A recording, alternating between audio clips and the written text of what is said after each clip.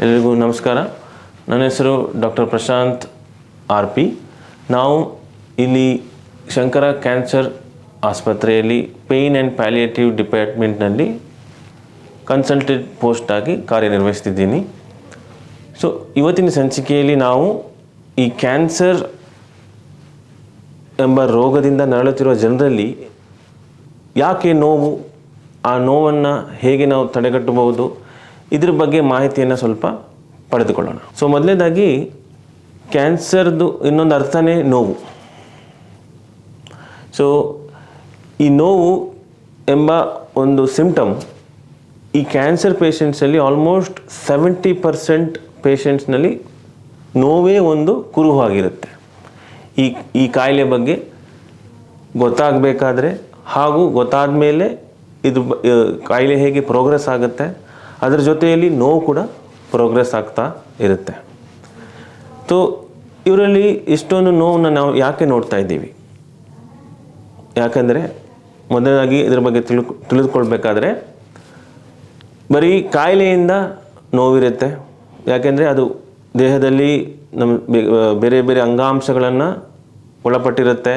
So ಅದರಿಂದ ನೋವು ಬರ್ತಾ ಇರುತ್ತೆ. ಈ ಕಾಯಿಲೆ ಯಾವಾಗ ಅದ್ರ ಬಗ್ಗೆ ಯಾವಾಗ ನಾವು ತಿಳಿದುಕೊಳ್ತೀವೋ ಅದರ ಜೊತೆಯಲ್ಲಿ ತುಂಬ ಮಾನಸಿಕ ಒತ್ತಡ ಕೂಡ ಅದರ ಜೊತೆಯಲ್ಲಿ ಸೇರಿಕೊಳ್ಳುತ್ತೆ.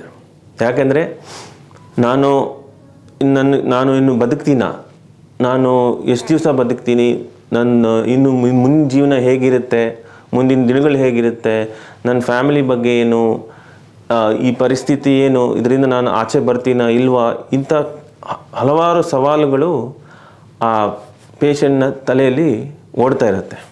ಸೊ ಸಹಜವಾಗಿ ಇದೊಂದು ಮಾನಸಿಕ ಒತ್ತಡವನ್ನು ಬೀರುತ್ತಾ ಇರುತ್ತೆ ಪೇಷಂಟಲ್ಲಿ. ಸೊ ಇದನ್ನು ನಾವು ಟೋಟಲ್ ಪೇಯ್ನ್ ಅಂತ ಅಂತೀವಿ ಕ್ಯಾನ್ಸರಲ್ಲಿ. ಸೊ ಕ್ಯಾನ್ಸರಲ್ಲಿ ಬರೀ ಫಿಸಿಕಲ್ ಪೇಯ್ನ್ ಅಲ್ಲ, ಅದರ ಜೊತೆಯಲ್ಲಿ psychological pain, social pain, emotional pain, spiritual pain ಅಂತ ಅಂತೀವಿ. ಸೊ ಇದ್ರ ಬಗ್ಗೆ ಸ್ವಲ್ಪ ಮಾಹಿತಿ ನೀಡಬೇಕಂದ್ರೆ, ಫಿಸಿಕಲ್ ಪೇಯ್ನ್ ಹೇಗೂ ಇರುತ್ತೆ. It's a physical cause for the pain. Okay, ಅದು ಯಾವ ಅಂಗಾಂಶದಲ್ಲಿದೆ ಅದರ ಪ್ರಕಾರ ಅವರಿಗೆ ನೋವು ಕಾಣಿಸ್ಕೊಳ್ತಾ ಇರುತ್ತೆ. ಅದ್ರ ಜೊತೆಯಲ್ಲಿ ಸೈಕಲಾಜಿಕಲಿ, ಈಗ ಆಲ್ರೆಡಿ ಹೇಳಿದಾಗೆ, ಇದು ಯಾಕೆ ನನಗೆ ಬಂತು, ಇಂಥ ದೊಡ್ಡ ಕಾಯಿಲೆ ನನಗೆ ಯಾಕೆ ಬಂತು ಅನ್ನೋ ವಿಚಾರ. ಸೊ ಅವರಿಗೆ ತುಂಬ ಸೈಕಲಾಜಿಕಲ್ ಸ್ಟ್ರೆಸ್ನ ನೀಡ್ತಾ ಇರುತ್ತೆ. ಸೊ ಅದು ಕೂಡ ಇಮೋಷ್ನಲ್ ಅವರು ಅದನ್ನು ಆಚೆ ಪಡಕ್ಕೆ ನೋಡಿದಾಗ ಅವರಿಗೆ ಇದ್ರ ಬಗ್ಗೆ ಯಾರು ತಿಳ್ಕೊತಾರೋ, ಇದ್ರ ಬಗ್ಗೆ ನಾನು ಯಾರಿಗೆ ಹೇಳಲಿ, ಯಾರು ಇದ್ರ ಬಗ್ಗೆ ತಿಳ್ಕೊತಾರೆ, ಯಾರಿದ್ರ ಬಗ್ಗೆ ನನಗೆ ಸ್ವಲ್ಪ ಮಾಹಿತಿಯನ್ನು ನೀಡ್ತಾರೆ ಅಥವಾ ಟ್ರೀಟ್ಮೆಂಟ್ನ ನೀಡ್ತಾರೆ ಅನ್ನೋದು ಒಂದು ದೊಡ್ಡ ಸವಾಲಾಗಿರುತ್ತೆ. ಯಾಕೆಂದರೆ ಫಿಸಿಕಲ್ ಪೇಯ್ನ್ ಬಗ್ಗೆ ಎಲ್ಲ ಟ್ರೀಟ್ಮೆಂಟ್ ನಡೀತಾ ಇರುತ್ತೆ. ಅಂದರೆ ಕೀಮೋಥೆರಪಿ, ರೇಡಿಯೋಥೆರಪಿ, ಸರ್ಜರಿ ಆಗಿರ್ಬೋದು, ರೇಡಿಯೇಷನ್ ಆಗಿರ್ಬೋದು, ಇವೆಲ್ಲ ನಡೀತಾ ಇರುತ್ತೆ. ಬಟ್ ಈ ಮಾನಸಿಕ ಸ್ಟ್ರೆಸ್ ಏನಿದೆಯೋ ಅದ್ರ ಬಗ್ಗೆ ಯಾರು ನೋಡ್ಕೋತಾರೆ? ಸೊ ಅದಕ್ಕೆ ಈ ಕ್ಯಾನ್ಸರ್ ಪೇಯ್ನ್ ಟ್ರೀಟ್ಮೆಂಟ್ ಅನ್ನೋದು ಒಂದು ಮಲ್ಟಿ ಡಿಸಿಪ್ಲಿನರಿ ಅಪ್ರೋಚ್. ಅಂದರೆ ಒಬ್ಬರು ಪೇಯ್ನ್ ಫಿಸಿಷಿಯನ್ಸ್ ಅಂತ ಇರ್ತಾರೆ, ಹಾಗೂ ಒಬ್ಬರು ಕೌನ್ಸಿಲಿಂಗ್ಗೋಸ್ಕರ ಒಬ್ಬರು ಸೈಕಾಲಜಿಸ್ಟ್ ಇರ್ಬೋದು, ಸೈಕ್ಯಾಟ್ರಿಸ್ಟ್ ಇರ್ಬೋದು, ನ್ಯೂಟ್ರಿಷನಿಸ್ಟ್ ಇರ್ತಾರೆ, ಪ್ರೈಮರಿ ಟ್ರೀಟಿಂಗ್ ಡಾಕ್ಟರ್ ಇರ್ತಾರೆ. ಸೊ ಇವರೆಲ್ಲ ಸೇರಿ ಈ ಪೇಷಂಟ್ನ ಅವರು ಆ ನೋವಿನ ಬಗ್ಗೆ ನಾವು ವಿಚಾರಿಸಬೇಕು, ಹಾಗೂ ಜೊತೆ ಸೇರಿ ಅದ್ರ ಬಗ್ಗೆ ಅದನ್ನು ಟ್ರೀಟ್ ಮಾಡಬೇಕು.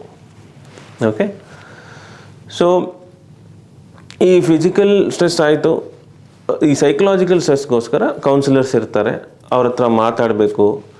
ಹಾಗೂ ಆ ಪೇಷಂಟ್ ಪರ್ಸೆ ಅದನ್ನು ನಾವು ಹೇಳ್ತೀವಿ ಕಸ್ಟಮೈಸ್ ಮಾಡೋದಂತ. ಅಂದರೆ ಎಲ್ರಿಗೂ ಸೇಮ್ ಟ್ರೀಟ್ಮೆಂಟ್ನ ನೀಡೋಕ್ಕಾಗಲ್ಲ. ಸೊ ಅವ್ರದ್ದು ನೀಡ್ ಪ್ರಕಾರ, ಅವ್ರದ್ದು ವಿಷಸ್ ಪ್ರಕಾರ ನಾವು ಅದನ್ನು ಬೇರ್ಪಡಿಸ್ತೀವಿ. ಸೊ ಸೆಟ್ಟಿಂಗ್ ಗೋಲ್ಸ್ ಅಂತ ಅಂತೀವಿ. Setting realistic achievable goals. ಈಗ ನಾವು ಒಂದು ವರ್ಷ ನೋಡ್ತಿದ್ರೆ, ಈ ಒಂದು ವರ್ಷದಲ್ಲಿ ನಿಮ್ಗೆ ಏನು ಅಚೀವ್ ಮಾಡಬೇಕು, ನೀವು ಏನು ಅಚೀವ್ ಮಾಡಬೇಕಂತ ಇದ್ರಿ, ಇದ್ರ ಬಗ್ಗೆ ಡಿಸ್ಕಷನ್ ಮಾಡೋದು. ಸೊ ಅದರ ಪ್ರಕಾರ ಅವರಿಗೆ ರಿಯಲಿಸ್ಟಿಕ್ ಗೋಲ್ಸ್ನ ಸೆಟ್ ಮಾಡೋದು. ಸೊ ಇವೆಲ್ಲ ಈ ಸೈಕಲಾಜಿಕಲ್ ಕೌನ್ಸಿಲಿಂಗ್ ಹಾಗೂ ಟ್ರೀಟ್ಮೆಂಟಲ್ಲಿ ನಡೀತಾ ಇರುತ್ತೆ.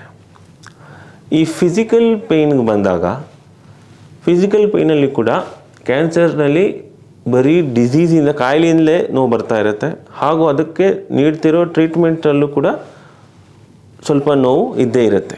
ಫಾರ್ ಎಕ್ಸಾಂಪಲ್ ಕೀಮೊಥೆರಪಿ ನೋಡಿದ್ರೆ ಆ ಕೀಮೊಥೆರಪಿ ಅನ್ನೋದು ಏನಕ್ಕೆ, ಆ ಕಾಯಿಲೆನ ಕಂಟ್ರೋಲ್ ಮಾಡೋಕ್ಕೆ, ಬಟ್ ಅದೊಂದು ಪವರ್ಫುಲ್ ಡ್ರಗ್ಸ್. ಸೊ ಅದಿರಬೇಕಾದ್ರೆ ಸಾಮಾನ್ಯವಾಗಿ ಸಹಜವಾಗಿ ಅದರದ್ದು ಸೈಡ್ ಎಫೆಕ್ಟ್ಸ್ ಇದ್ದೇ ಇರುತ್ತೆ. ಅದರಲ್ಲಿ ಒಂದು ಸೈಡ್ ಎಫೆಕ್ಟ್ ಅಂದರೆ ಡಿಫ್ರೆಂಟ್ ಕೈಂಡ್ಸ್ ಆಫ್ ಪೇಯ್ನ್. ಅದಕ್ಕೋಸ್ಕರ ಕೀಮೊಥೆರಪಿ ನಡಿಬೇಕಾದ್ರೆ ಅದರ ಜೊತೆ ಯಾವ ರೀತಿ ನೋವು ಕಾಣಿಸ್ಕೊಳ್ಳುತ್ತೆ ಅದಕ್ಕೂ ಕೂಡ ಟ್ರೀಟ್ಮೆಂಟ್ನ ನೀಡ್ತಾ ಇರ್ತಾರೆ.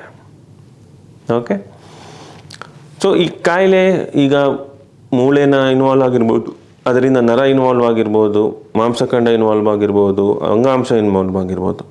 ಸೊ ಈ ಬೇರೆ ರೀತಿ ಅಂಗಾಂಶಗಳು ಇನ್ವಾಲ್ವ್ ಆದಾಗ ಬೇರೆ ರೀತಿ ನೋವನ್ನ ನಾವು ನೋಡ್ತೀವಿ. ಸೊ ಅದರಲ್ಲಿ ಮುಖ್ಯವಾದ ನೋವು ಅಂದರೆ ಈ ನರದ್ದು ಇನ್ವಾಲ್ವ್ಮೆಂಟಿಂದ ಬರೋ ನೋವು, ಅದನ್ನು ನಾವು ನ್ಯೂರೋಪ್ಯಾಥಿಕ್ ಪೇಯ್ನ್ ಅಂತ ಅಂತೀವಿ. ಸೊ ಈ ನ್ಯೂರೋಪ್ಯಾಥಿಕ್ ಪೇಯ್ನ್ ಇದನ್ನು ಐಡೆಂಟಿಫೈ ಮಾಡೋದು ಫಸ್ಟ್ ಇಂಪಾರ್ಟೆಂಟ್. ಪೇಷಂಟ್ಗೆ ಅದೊಂದು ಇದೆಯಾ, ಆ ಒಂದು ಅಂಶ ನೋವಲ್ಲಿ ಅದು ಇದೆಯಾ ಅನ್ನೋದು ಐಡೆಂಟಿಫೈ ಮಾಡೋದು ತುಂಬ important. As early as possible ಅಂತ ಅಂತೀವಿ. ಯಾಕೆಂದರೆ ಈ ನ್ಯೂರೋಪ್ಯಾಥಿಕ್ ಪೇಯ್ನ್ ಸಾಮಾನ್ಯವಾಗಿ ಟೈಮ್ ಕಳೀತಾ ಯಾವುದೇ ಟ್ರೀಟ್ಮೆಂಟಿಗೂ ರೆಸ್ಪಾಂಡ್ ಆಗಲ್ಲ. ಸೊ ಯಾವ ಟ್ರೀಟ್ಮೆಂಟ್ ಇರುತ್ತೆ, ಮೆಡಿಕೇಷನ್ಸ್ ಇರುತ್ತೆ. ಸೊ ಅದರಲ್ಲೂ ಬೇರೆ ಕ್ಯಾಟಗರಿ ಆಫ್ ಮೆಡಿಕೇಷನ್ಸ್ ಇರುತ್ತೆ. ಸೊ ಇದನ್ನು ನಾವು ವರ್ಲ್ಡ್ ಹೆಲ್ತ್ ಆರ್ಗನೈಜೇಷನ್ದು ಪೇಯ್ನ್ ಲ್ಯಾಡರ್ ಅಂತ ಅಂತೀವಿ, ಅದನ್ನು ಫಾಲೋ ಮಾಡ್ತೀವಿ. ಸೊ ಅದರಲ್ಲಿ ಪೇಷಂಟ್ಗೆ ಫಸ್ಟಿಗೆ ಕೇಳಬೇಕಾದ್ರೆ ನಿಮಗೆ ಒಂದು 10ರಲ್ಲಿ ಎಷ್ಟು ಭಾಗ ನೋವಿದೆ, ಅಥವಾ ಒಂದು ಪೈಸೆಯಲ್ಲಿ ಎಷ್ಟು ಭಾಗ ಒಂದು ರೂಪಾಯಿಯಲ್ಲಿ ಎಷ್ಟು ಪೈಸೆ ನೋವಿದೆ ಅಂತ ನಾವು ಫೈಂಡ್ ಔಟ್ ಮಾಡ್ತೀವಿ. ಯಾಕಂದರೆ ನಮಗೆ ಆ ಕ್ಯಾಟಗರಿ ಬೇಕು, ಅವರಿಗೆ ಮೈಲ್ಡ್ ಪೇಯ್ನ್ ಇದೆಯಾ, ಮಾಡ್ರೇಟ್ ಪೇಯ್ನ್ ಇದೆಯಾ, ಅಥವಾ ಸಿವಿಯರ್ ತುಂಬ ಪೇಯ್ನ್ ಇದೆಯಾ ಅಂತ. ಸೊ ಅದರ ಪ್ರಕಾರ ನಾವು ಮೆಡಿಕೇಷನ್ಸ್ನ ಸ್ಟಾರ್ಟ್ ಮಾಡ್ಬೋದು. ಸೊ ಆ ಮೈಲ್ಡ್ ಪೇಯ್ನ್ ಇದ್ದರೆ ಬೇಕಿರೋ ಮೆಡಿಕೇಷನ್ಸ್ನ ಸ್ಟಾರ್ಟ್ ಮಾಡ್ತೀವಿ. ಬಟ್ ಈ ಪೇಯ್ನ್ ಅನ್ನೋದು ಒಂಥರ ಬ್ರಾಡ್ ಕ್ಯಾಟಗರಿ. ನೀವು ಪೇಷಂಟಿಗೆ ಏನೇ ಅನಿಸಿದ್ರು ಅದು ನೋವು ಅಂತ ಅಂತಾರೆ. ಬಟ್ ಅದು ಡಾಕ್ಟರ್ದು ರೆಸ್ಪಾನ್ಸಿಬಿಲಿಟಿ, ನೋವು ಎಲ್ಲಿಂದ ಬರ್ತಾ ಇದೆ, ಯಾವ ಕಾರಣದಿಂದ ಬರ್ತಾ ಇದೆ, ಅದರಲ್ಲಿ ಬೇರೆ ಕಾರಣ ಇದೆಯಾ ಇಲ್ಲೋ ಅನ್ನೋದು ಫೈಂಡ್ ಔಟ್ ಮಾಡೋದು ತುಂಬ ಇಂಪಾರ್ಟೆಂಟ್. ಅದಕ್ಕೆ ನೀವು ನೋಡಿದರೆ ಪೇಯ್ನ್ ಮೆಡಿಕೇಷನ್ಸ್ ಕೂಡ ಹಲವಾರು ಇರುತ್ತೆ. ಕೆಲವರು ಕೇಳ್ತಾರೆ ನಮ್ಮ ಹತ್ರ, ಸರ್ ಯಾಕೆ ನನಗೆ ಇಷ್ಟೊಂದು ಮಾತ್ರೆಗಳಿವೆ, ನನಗೆ ಪೇಯ್ನ್ ಇರೋದು ಒಂದೇ ಕಡೆ, ಬಟ್ ನಾನು ಒಂದು 2-3 ಮಾತ್ರೆ ನುಂಗ್ತಾ ಇದ್ದೀನಿ.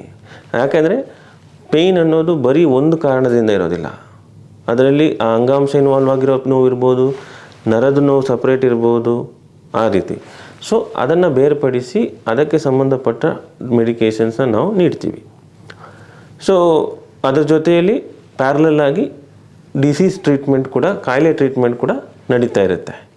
ಅದೇ ಹೇಳಿದಾಗೆ ಕೀಮೊಥೆರಪಿ ಇರ್ಬೋದು, ರೇಡಿಯೇಷನ್ ಇರ್ಬೋದು, ಸರ್ಜರಿ ಇರ್ಬೋದು, ಅದು ಯಾವುದೇ ಇರ್ಬೋದು. ಸೊ ಕಾಯಿಲೆ ಪ್ರೋಗ್ರೆಸ್ ಆಗಿಲ್ಲ, ಎಲ್ಲ ಕಂಟ್ರೋಲಲ್ಲಿದೆ ಅಂದರೆ ಪೇಷಂಟ್ ಕಂಫರ್ಟಬಲ್ ಆಗಿರ್ತಾರೆ. ಸೊ ಏನಾದರೂ ಕಾಯಿಲೆ ಪ್ರೋಗ್ರೆಸ್ ಆಯಿತು, ಟ್ರೀಟ್ಮೆಂಟ್ ಕೂಡ ಚೇಂಜ್ ಮಾಡಬೇಕಾಗತ್ತೆ, ಪೇಯ್ನ್ ಕೂಡ ಜಾಸ್ತಿ ಆಗುತ್ತೆ. So next step of category of ಮೆಡಿಕೇಷನ್ಸ್ನ ನಾವು ಯೂಸ್ ಮಾಡ್ತೀವಿ. ಸೊ ಈ ರೀತಿ ಸಿವಿಯರ್ ಪೇಯ್ನ್ಗೆ ಕೂಡ ಬೇರೆ ರೀತಿ ಮೆಡಿಕೇಷನ್ಸ್ ಇವೆ. ಸೊ ಸಿವಿಯರ್ ಪೇಯ್ನ್ಗೆ ಬಂದಾದರೆ ನಾವು ಓಪಿಯಾಯ್ಡ್ಸ್ ಎನ್ನುವ ಮೆಡಿಕೇಷನ್ಸ್ನ ಯೂಸ್ ಮಾಡಬೇಕಾಗತ್ತೆ. ಸೊ ಇವೆಲ್ಲ FDA ಅಪ್ರೂವ್ಡ್ ಕಂಟ್ರೋಲ್ಡ್ ಮೆಡಿಕೇಷನ್ಸ್ ಅಂತ ಅಂತೀವಿ. ಅಂದರೆ ಇಲ್ಲಿ ನಿಮಗೆ ಫಾರ್ಮಸಿಯಲ್ಲಿ ಅವೈಲೇಬಿಲಿಟಿ ಇರೋದಿಲ್ಲ. ಸೊ ಡಾಕ್ಟರ್ಸ್ ಪ್ರಿಸ್ಕ್ರಿಪ್ಷನ್ ಬೇಕು, ಪರ್ಟಿಕ್ಯುಲರ್ ಪ್ರಿಸ್ಕ್ರಿಪ್ಷನ್ಸ್ ಎಲ್ಲ ಬೇಕು. ಸೊ ಅದಕ್ಕೆ ನಾವು ಪೇಷಂಟ್ಸ್ನ ರೆಗ್ಯುಲರ್ ಫಾಲೋಅಪಲ್ಲಿ ಇಡ್ತೀವಿ. ಯಾಕೆಂದರೆ ಸಡನ್ನಾಗಿ ನೋವು ಜಾಸ್ತಿ ಆದರೆ ಅವ್ರಿಗೆ ಏನು ಮಾಡಬೇಕು ಅಂತ ವಿಚಾರ ಗೊತ್ತಿರೋದಿಲ್ಲ. ಸೊ ಅದಕ್ಕೆ ನಾವು ಒಂದು 2 ವೀಕ್ಸ್ ನಂತರ ಯೂಶ್ವಲಿ ಫಾಲೋಅಪಲ್ಲಿ ಇಡ್ತೀವಿ ಪೇಷಂಟ್ಸ್ನ. ಸೊ ಆವಾಗ ತಿರ್ಗಾ ರಿಅಸೆಸ್ ಮಾಡ್ತೀವಿ, ನೋವು ಅದೇ ರೀತಿ ಇದೆಯಾ, ಜಾಸ್ತಿ ಆಗಿದೆಯಾ, ಅಥವಾ ಕಡಿಮೆ ಆಗಿದೆಯಾ. ಕಡಿಮೆ ಆಗಿದ್ದರೆ ನಾವು from severe category mild category ಕೂಡ ಚೇಂಜ್ ಮಾಡ್ಬೋದು. ಸೊ ಬರೀ ಅದನ್ನು ಎಸ್ಕಲೇಟ್ ಮಾಡೋದಲ್ಲ, ಡಿಎಸ್ಕಲೇಟ್ ಕೂಡ ಮಾಡಬೇಕು ಅನ್ನೋದು ವಿಚಾರ ವೆರಿ ಇಂಪಾರ್ಟೆಂಟ್. ಇದೆಲ್ಲ ಯಾಕೆ ಮಾಡ್ತೀವಿ ಅಂದರೆ ಪೇಷಂಟ್ಗೆ ಸೈಡ್ ಎಫೆಕ್ಟ್ಸ್ನ ಜಾಸ್ತಿ ನಾವು ನೀಡಬಾರ್ದು. ಬಿಕಾಸ್ ಆಲ್ರೆಡಿ ಅವರು ಪ್ರೈಮರಿ ಪ್ರಾಬ್ಲಮಿಂದ ಸಫರ್ ಆಗಿರ್ತಾರೆ. ಸೊ ಅದರ ಜೊತೆಯಲ್ಲಿ ಮೆಡಿಕೇಷನ್ಸಿಂದ ಆಗೋ ಪ್ರಾಬ್ಲಮ್ನ ನಾವು ಆದಷ್ಟು ನಾವು ಕಂಟ್ರೋಲ್ ಮಾಡಬೇಕು. ಸೊ ಅದಕ್ಕೆ ರೆಗ್ಯುಲರ್ ಫಾಲೋಅಪ್ ತುಂಬ ಇಂಪಾರ್ಟೆಂಟ್. ಸೊ ಈ ರೀತಿ ಸಿವಿಯರ್ ಪೇಯ್ನ್ ಪೇಷಂಟ್ಸ್ಗೂ ಕೂಡ ಸ್ಟೆಪ್ 4 ಅಂತ ಇದೆ ಆ್ಯಸ್ ಪರ್ ದ ಪ್ರೋಟೋಕಾಲ್. ಅದನ್ನು ಇಂಟರ್ವೆನ್ಷನಲ್ ಪೇಯ್ನ್ ಪ್ರೊಸೀಜರ್ಸ್ ಅಂತ ಹೇಳ್ತೀವಿ. ಸೊ ಎಷ್ಟೋ ಜನರಲ್ಲಿ ಈ ಸಿವಿಯರ್ ಪೇಯ್ನ್ ಇದ್ದಾಗ ಆ ಸ್ಟ್ರಾಂಗ್ ಮೆಡಿಕೇಷನ್ಸ್ ತೊಗೊಂಡ್ರೂ ಕೂಡ ನೋವು ಕಂಟ್ರೋಲ್ಗೆ ಬರೋದಿಲ್ಲ. ಆವಾಗ ಏನು ಮಾಡ್ತೀವಿ, ಆ ಪರ್ಟಿಕ್ಯುಲರ್ ಎಲ್ಲದು ಇನ್ವಾಲ್ವ್ ಆಗಿದೆ ಆ ಅಂಗಾಂಶದಿಂದ ಬರೋ ಪೇಯ್ನ್ನ ಸೆನ್ಸ್ ಮಾಡುವ ನರಗಳನ್ನು ನಾವು ಬ್ಲಾಕ್ ಮಾಡ್ತೀವಿ. ಅದು ಟೆಸ್ಟ್ ಇಂಜೆಕ್ಷನ್ ಇರ್ಬೋದು ಅಥವಾ ಪರ್ಮನೆಂಟ್ ಪ್ರೊಸೀಜರ್ ಕೂಡ ಇರಬಹುದು. ಸೊ ಯೂಶಲಿ ಟೆಸ್ಟ್ ಇಂಜೆಕ್ಷನ್ಸ್ನ ಇನಿಷಿಯಲಿ ಮಾಡ್ತೀವಿ. ಯಾಕೆಂದರೆ ಇದರಿಂದ ಈ ಪ್ರೊಸೀಜರಿಂದ ಇದು ಮಾಡೋದರಿಂದ ಪೇಷಂಟ್ಗೆ ರಿಲೀಫ್ ಬರ್ತಾ ಇದೆಯಾ ಇಲ್ವಾ ಅನ್ನೋ ವಿಚಾರ ಗೊತ್ತಾಗತ್ತೆ. ಅದರ ಪ್ರಕಾರ ನಾವು ಅದಕ್ಕೊಂದು ಪರ್ಮನೆಂಟ್ ಸೊಲ್ಯೂಷನ್ ಕೂಡ ನ್ಯೂರೋಲೈಸಿಸ್ ಅಂತ ಅಂತೀವಿ, ಆಲ್ಕೋಹಾಲ್ ನ್ಯೂರೋಲೈಸಿಸ್ ಅಂತ ಆ ಪ್ರೊಸೀಜರ್ಸ್ನ ಕೂಡ ಮಾಡ್ತೀವಿ. ಇವೆಲ್ಲ ಒಂಥರ ಡೇ ಕೇರ್ ಪ್ರೊಸೀಜರ್ಸ್, ಬರೀ ಇಂಜೆಕ್ಷನ್ ಪ್ರೊಸೀಜರ್ಸ್. ಬೆಳಿಗ್ಗೆ ಯೂಶಲಿ ಅಡ್ಮಿಟ್ ಮಾಡಿಬಿಟ್ಟು ಆಪ್ರೇಷನ್ ಥಿಯೇಟರಲ್ಲಿ ಯಾವ ರೀತಿ ಸರ್ಜರಿ ಅಲ್ಲ, ಬರೀ ನೀಡಲ್ ಇಂಜೆಕ್ಷನ್ ಪ್ರೊಸೀಜರ್ಸ್, ಲೋಕಲ್ ಎನಿಸ್ಥೀಸಿಯಾದಲ್ಲಿ ಮಾಡುವಂಥ ಪ್ರೊಸೀಜರ್ಸ್. ಅದನ್ನು ಬೆಳಿಗ್ಗೆ ಮಾಡಿಬಿಟ್ಟು ಪೇಷಂಟ್ನ ಸ್ವಲ್ಪ ಹೊತ್ತು ಒಬ್ಸರ್ವೇಷನ್ ಇಟ್ಕೊಂಡು ಬೈ ಆಫ್ಟರ್ನೂನ್ ಈವ್ನಿಂಗ್ ನಾವು ಡಿಸ್ಚಾರ್ಜ್ ಮಾಡ್ತೀವಿ. ಸೊ ಇದರಿಂದ ನೆಕ್ಸ್ಟ್ ಕ್ವೆಶ್ಚನ್ ಇರುತ್ತೆ, ಸೊ ಇದು ಮಾಡಿದ್ಮೇಲೆ ನಾನು ಮೆಡಿಕೇಷನ್ಸ್ ಸ್ಟಾಪ್ ಮಾಡಬೇಕಾ ಬೇಡವಾ ಅನ್ನೋದು. ಯಾಕೆಂದರೆ ಈ ಪ್ರೊಸೀಜರ್ಸ್ ದೀಸ್ ಆರ್ ಎಡ್ಜುವೆಂಟ್ ಪ್ರೊಸೀಜರ್ಸ್ ಅಂತ ಅಂತೀವಿ. ಇದರಿಂದ ಕಂಪ್ಲೀಟಾಗಿ ರಿಲೀಫ್ ವೆರಿ ರೇರ್ಲಿ ಬರೋದು, ಬಟ್ ಅಟ್ಲೀಸ್ಟ್ ಒಂದು 60 to 70% ರಿಲೀಫ್ ಅಂತೂ ಬಂದೇ ಬರುತ್ತೆ. ಸೊ ರಿಮೈನಿಂಗ್ 30%ಗೆ ಮೆಡಿಕೇಷನ್ಸ್ ಬೇಕಾಗುತ್ತೆ. ಸೊ ಅದು ಯಾವ ಟೈಪ್ ಆಫ್ ಮೆಡಿಕೇಷನ್ಸ್ ಅದನ್ನು ನಾವು ತಿರ್ಗಾ ಫಾಲೋ ಅಪ್ ಮಾಡಿದ ಮೇಲೇ ನಮಗೆ ಪೇಷಂಟ್ಗೆ ಹೇಳ್ಬೋದು. ಸೊ ಈ ರೀತಿ ಈ ಮಲ್ಟಿ ಡಿಸಿಪ್ಲಿನರಿ ಅಪ್ರೋಚಲ್ಲಿ ಈ ಪೇಯ್ನ ನಾವು ತಡ್ಕೊಳ್ಳೋಕ್ಕೆ ಆದಷ್ಟು ನಾವು ಪ್ರಯತ್ನವನ್ನು ಮಾಡ್ತೀವಿ. ಸೊ ಇದ್ರ ಜೊತೆಯಲ್ಲಿ ಪ್ರೈಮರಿ ಟ್ರೀಟ್ಮೆಂಟ್ ನಡೀತಾ ಇರುತ್ತೆ. ಸೊ ಈಗ ಈ ಪ್ಯಾಲಿಯೇಟಿವ್ ಅಂದರೆ ಏನು? ಸೊ ಈ ಪ್ಯಾಲಿಯೇಟಿವ್ ಕೇರ್ ಅಂದರೆ ಯೂಶ್ವಲಿ ಈ ಡಯಾಗ್ನೋಸಿಸ್ ಯಾವಾಗ ಆಗುತ್ತೆ ಕ್ಯಾನ್ಸರ್ದು ಆವಾಗಲೇ ಸ್ಟಾರ್ಟ್ ಆಗುತ್ತೆ. ಸೊ ಇದೇನು ಸ್ಪೆಷಲ್ ಟ್ರೀಟ್ಮೆಂಟ್ ಏನೂ ಅಲ್ಲ, this is a very special supportive care ಅಂತ ಹೇಳ್ಬೋದು ಪ್ಯಾಲಿಯೇಟಿವ್ ಕೇರ್. ಸೊ ಅದರಲ್ಲಿ ಬರೀ ಪೇಷಂಟ್ ಮಾತ್ರ ಅಲ್ಲ, ಪೇಷಂಟ್ ಅದು ಅವ್ರ ಜೊತೆ ಅವ್ರ ಫ್ಯಾಮಿಲಿ ಮೆಂಬರ್ಸ್ ಎಲ್ಲರನ್ನೂ ನಾವು ಅವ್ರ ಬಗ್ಗೆ ನಾವು ಕಾಳಜಿನ ವಹಿಸ್ತೀವಿ. ಸೊ ಅವರಿಗೂ ಕೂಡ ಟ್ರೀಟ್ಮೆಂಟ್ ಇಂಪಾರ್ಟೆಂಟ್. ಸೊ ಅವ್ರಿಗೇನು ಟ್ರೀಟ್ಮೆಂಟ್ ಇಂಪಾರ್ಟೆಂಟ್, ಯಾವುದೇ ರೀತಿ ಮೆಡಿಕೇಷನ್ಸ್ ಅಲ್ಲ. ಈಗ ಒಂದು ಫ್ಯಾಮಿಲಿಯಲ್ಲಿ ಒಬ್ಬರಿಗೆ ಇಂಥ ಒಂದು ಕ್ಯಾನ್ಸರ್ ಪ್ರಾಬ್ಲಮ್ ಇದೆ ಅಂದಾಗ ಬರೀ ಪೇಷಂಟ್ ಮಾತ್ರ ಅಲ್ಲ, ಎಲ್ಲರೂ ಕೂಡ ಎಫೆಕ್ಟ್ ಆಗ್ತಾರೆ, ಅವ್ರ ಸುತ್ತಮುತ್ತ ಇರೋರು ಎಲ್ಲರೂ. ಸೊ ಅವರನ್ನೆಲ್ಲ ಕರೆಸಿಬಿಟ್ಟು ನಾವು ಪೇಷಂಟ್ಗೆ ನಾವು ಯೂಶ್ವಲಿ ವಿ ರೆಕಮೆಂಡೆಡ್ ಪೇಷಂಟ್ ಗೊತ್ತಾಗಬೇಕು ಅವ್ರ ದೇಹದಲ್ಲಿ ಏನು ನಡೀತಾ ಇದೆ, ಅವ್ರಿಗೆ ಯಾಕೆ ಇಷ್ಟೊಂದು ಟ್ರೀಟ್ಮೆಂಟ್ ನೀಡ್ತಾ ಇದ್ದಾರೆ. ಸೊ ಅವ್ರ ಆ ಕಾಯಿಲೆ ಬಗ್ಗೆ ವಿಚಾರ ಇರಬೇಕು. ಬಟ್ ಎಷ್ಟೊಂದು ಸಲ ಹೇಳ್ತಾರೆ ಬೇಡ, ಪೇಷಂಟ್ಗೆ ಹೇಳಿ ಅವ್ರನ್ನ ಇನ್ನೂ ಜಾಸ್ತಿ ಡಿಪ್ರೆಸ್ ಮಾಡೋದು ಬೇಡ, ಸೊ ನಾವು ನೋಡ್ಕೋತೀವಿ ಅಂತ ಅಂತಾರೆ. ಸೊ ಈ ಫ್ಯಾಕ್ಟರ್ನ ನಾವು ಕೊಲ್ಯೂಷನ್ ಅಂತ ಅಂತೀವಿ ನಮ್ಮ ಮೆಡಿಕಲ್ ಟರ್ಮ್ಸಲ್ಲಿ. ಅಂದರೆ ಪೇಷಂಟ್ಗೆ ಅವ್ರ ಬಗ್ಗೆ ಅವ್ರ ದೇಹದಲ್ಲಿ ಏನು ನಡೀತಿದೆ ಅದ್ರ ಬಗ್ಗೆ ಏನು ಗೊತ್ತಿಲ್ಲ, ಬಟ್ ಬೈ ಸ್ಟ್ಯಾಂಡರ್ಸ್ ಫ್ಯಾಮಿಲಿ ಮೆಂಬರ್ಸ್ಗೆ ಗೊತ್ತಿರುತ್ತೆ, ಟ್ರೀಟ್ಮೆಂಟ್ ನಡೀತಾ ಇರುತ್ತೆ. ಸೊ ಬಟ್ ಪೇಷಂಟ್ಗೆ ಒಂದು ಕನ್ಫ್ಯೂಷನ್ ಇರುತ್ತೆ, ಯಾಕೆ ನನಗೆ ಈ ಕಾಯಿಲೆ ವಾಸಿ ಆಗ್ತಾ ಇಲ್ಲ, ಯಾಕೆ ನನಗೆ ಇಷ್ಟೊಂದು ಟ್ರೀಟ್ಮೆಂಟ್ಸ್ ಎಲ್ಲ ಬೇಕು. ಸೊ ಅದು ಟ್ರೀಟ್ಮೆಂಟ್ಗೂ ಕೂಡ ಇಂಟರ್ಫಿಯರ್ ಆಗೋ ಚಾನ್ಸಸ್ ಇದೆ. ಅದಕ್ಕೋಸ್ಕರ ನಾವು ಹೇಳೋದು ಪೇಷಂಟ್ಗೆ ಗೊತ್ತಿರಬೇಕು ಅವ್ರ ದೇಹದಲ್ಲಿ ಏನು ನಡೀತಾ ಇರೋ ಅನ್ನೋ ವಿಚಾರ ಅವರಿಗೆ ತಿಳಿದಿರಬೇಕು. ಸೊ ಅದ್ರ ಜೊತೆಯಲ್ಲಿ ಈ ಪ್ರೈಮರಿ ಟ್ರೀಟ್ಮೆಂಟ್ ನಡೀತಾ ಈ ಪ್ಯಾಲಿಯೇಟಿವ್ ಕೇರ್ ಕೂಡ ಪ್ಯಾರಲಲ್ ಆಗಿ ನಡೀತಾ ಇರುತ್ತೆ.